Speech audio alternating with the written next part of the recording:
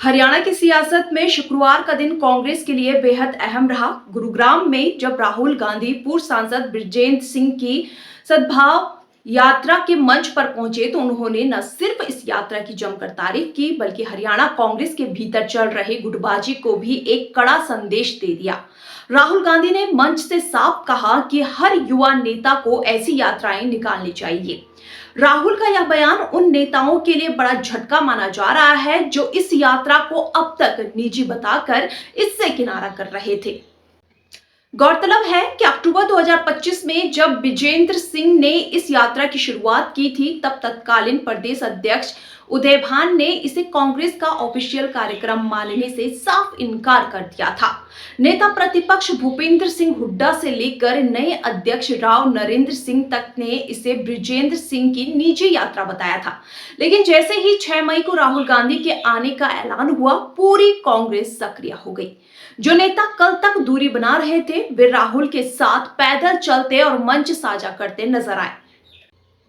राहुल गांधी ने अपने संबोधन में भारत जोड़ो यात्रा का उदाहरण देते हुए कहा कि जनता के बीच पैदल चलने से ही जमीन की नब्ज समझ आती है।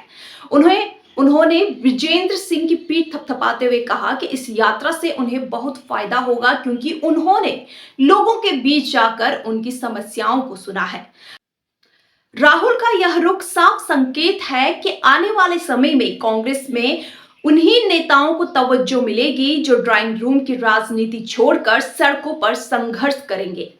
हालांकि राहुल के इस दौरे ने गुटबाजी को भी नई हवा दे दी है। रणदीप सुरजेवाला और कुमारी सैलजा जैसे नेता पहले ही इस यात्रा का समर्थन कर चुके थे, लेकिन हुड्डा खेमे की गैर मौजूदगी और देरी से मिला समर्थन चर्चा का विषय बना हुआ है।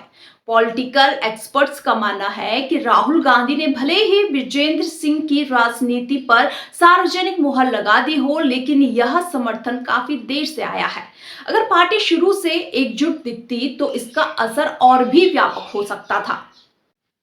राहुल गांधी ने अपने भाषण में बेरोजगारी, अडानी अंबानी और मोदी सरकार पर तो हमले किए ही, लेकिन उनका सबसे बड़ा प्रहार हरियाणा कांग्रेस के भीतर की सुस्ती पर था। उन्होंने कार्यकर्ताओं को बब्बर शेर बताकर उनमें जोश भरा और साफ कर दिया कि अब राजनीति का असली रास्ता जनता के बीच से होकर ही गुजरता है।